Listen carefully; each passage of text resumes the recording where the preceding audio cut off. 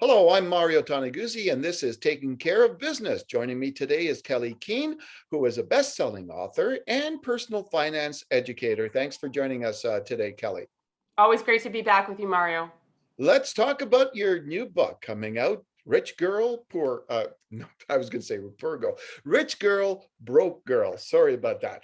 And tell us a little bit about the book and what it's about.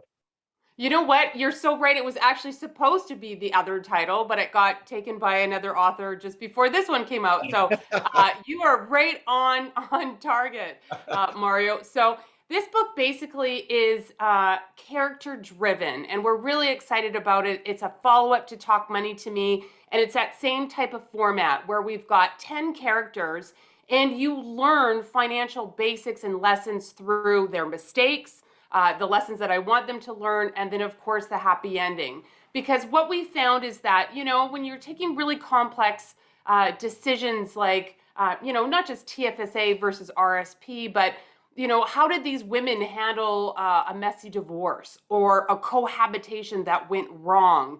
How do you negotiate for your salary and all these types of things that I think the everyday person is struggling with, but women are I think, struggling with even more. So we, wanted to make sure that this was really tailored and focused to what women pretty much age, 25 to 65 are dealing with. Why did you write the book? Well, we had such success with Talk Money to Me that my publisher Simon and Schuster actually sat down with my editor Nita, and it was her idea to really kind of follow up that book and its success, but again, focus it on women. Like, here's one of the stats that really floors me, Mario, is that 42% of female breadwinners are still deferring to their spouse on financial matters. So it doesn't mean that all women aren't stepping up to the table, but a lot of women they don't feel confident, or the financial industry has failed them. They've not done a great job in educating her. So this book does it in, dare I say, a fun, non-judgmental way, a lot of self-forgiveness, and it's not talking down to women, but it's not also talking over their head. And it's a book that I would have loved to have read in my 20s or 30s for sure. Okay, before I forget, where can people get it? Yes. So it's not available in stores yet. It will be in stores across Canada December 15th. December 14th, but it's available on Amazon and Indigo Chapters right now for pre-order. Okay, super. So, in sort of some of the description of the book, it talks about the good news. The good news being there's more financial freedom now, and women are making more money than ever. Can you talk a little bit about that and what you're seeing in that area these days? Well, yeah, and here's the thing, you really said it. It's like by 2026, it's estimated in Canada that women will control half of all of the wealth in Canada. So that's major. And, there was a study, and I believe it was by Fidelity that came out yesterday, because there's been a number of studies that kind of talk about, are women better money managers than men? And this study confirmed again that yes, in fact, over the long term, women tend to be better money managers than men, meaning that they actually earn more on average on their portfolios because they're not constantly trying to trade and go after the newest thing. So some people might say, well, she's more risk adverse. There's a lot of studies proving that's not true.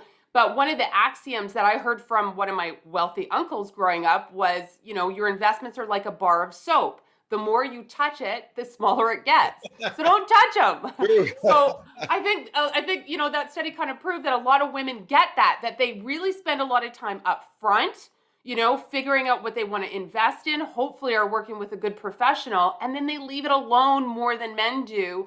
And that actually, we know that that's proven to do better than trying to go and finagle your portfolio.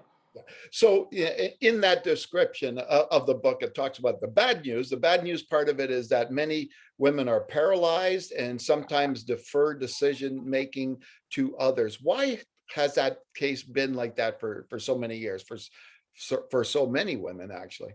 Yeah. I mean, I think anecdotally, and speaking to hundreds, thousands of women over the last several decades, it's not really been that long that it's been socially acceptable for women to handle money in our country or other countries. Like, I have a picture of my grandma sitting next to me that she passed away before I was even born.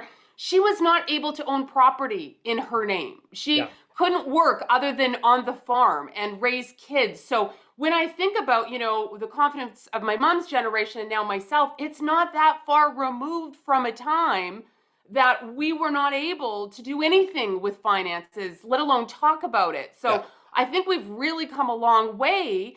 And it's just really realizing too, like I got to tell you, every time I meet a woman at a talk or a cocktail party or a book signing, it's like I should be further along. I shouldn't have this. Like there's all these shoulds, and it's just like with your health. We never get to be perfect. We're always trying, we're always striving, and you just start with where you are right now. And if you can just dispel the guilt and the shame and the embarrassment of not having this or that should checked off, you can do it, and it can be fun, and there doesn't have to be that sacrifice that we're often taught when it comes to taking charge of our finances. Okay. And I know you've talked about this subject in the past, but why is the money talk so difficult for people?